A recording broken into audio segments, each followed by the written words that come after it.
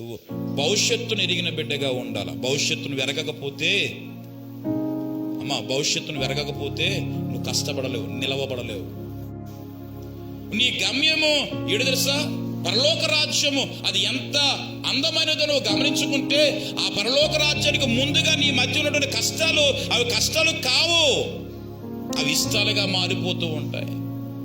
24 గంటల ప్రార్థన కష్టం కాదు, నీకు ఇష్టంగా మారిపోతూ ఉంటుంది. ఆల్రెడీ ప్రేయర్ అయ్యి బాబో 7 గంటల నుంచి అన్ని గంటల వరకు ఉండడమే కష్టంగా అనిపించదు, ఇష్టంగా మారుతుంది. ఎందుకు తెలుసా? గమ్యము నువ్వు మర్చిపోయే కనుక నీకు ఇష్టం కష్టంగా ఉంటుంది. పరలోకరాజ్యం వెళ్ళడానికి ఏంటి రాత్రింబగళ్ళు మనము కష్టపడడం అది కష్టం కాదు. మనకు ఎలా మారిపోతుంది చెప్పండి? ఇష్టంగా మారిపోతుంది. దేవుని స్తోత్రం చెల్లింది. హల్లెలూయా. ఈరోజు మనము ఎందుకంటే అంత కష్టమైపోతుంది ప్రభుని ఆరాధన చేయడం, ప్రభు దగ్గర సమయం గడపడం ఎందుకు అంత కష్టమైపోతుంది? మనకు అంత భారం ఎందుకు అయిపోతుంది? ఒక విషయం చెప్పమంటారు, నువ్వు గమ్యాన్ని మర్చిపోయావు. దేన్ని మర్చిపోయావు? గమ్యాన్ని మర్చిపోయావు. నీ గమ్యం ఏడు తెలుసా? నీ గమ్యం ఏడు తెలుసా? దైవరాజ్యం. నువ్వు ఎన్ని చదువులు చదవండి, ఎన్ని ఉద్యోగాలు చేయండి, నెలకు లక్షలు కదా కోట్ల రూపాయలు సంపాదించండి, నువ్వెంత హ్యాపీగా బ్రతకండి, నీ గమ్యం మాత్రం ఒకటే, నిత్యత్వము. ఆ నిత్యత్వం 2 రకాలుగా ఉంది. నిన్ను దుఃఖపెట్టే నిత్యత్వము, నిన్ను సంతోషపరిచే నిత్యత్వం.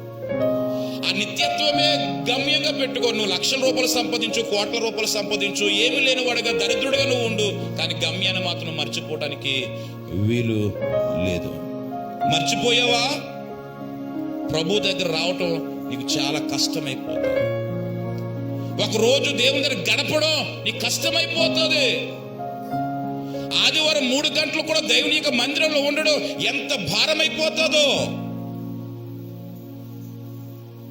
ఎంతమంది అండి ఇష్టంగా దేవుని యొద్దకు వస్తున్నారు?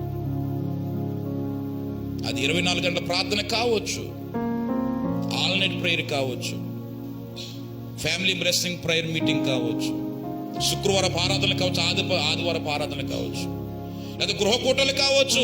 ఎవరు ఇష్టంగా వచ్చేవారు, ఎవరు కష్టంగా వచ్చేవారు అంటే ఇష్టంగా వచ్చిన వాడు గమ్యం ఉంది, నేను పరలోక రాజ్యానికి సిద్ధపరచబడుతూ ఉన్నాను. అలాగే నువ్వు పరలోక రాజ్యం దృష్టిలో మర్చిపోయావు గనక నీవు ప్రభు యొద్దకు రావటానికి ప్రతి అడుగు భారంగానే వేస్తున్నావు, తేలికగా పడలేకపోతున్న జీవితంలో. గమనిస్తున్నావా? శోధకుడు నిన్ను ఎలా శోధిస్తున్నాడు తెలుసా? నీ గమ్యము మర్చిపోయేటట్లుగా చేస్తున్నాడు శోధకుడు.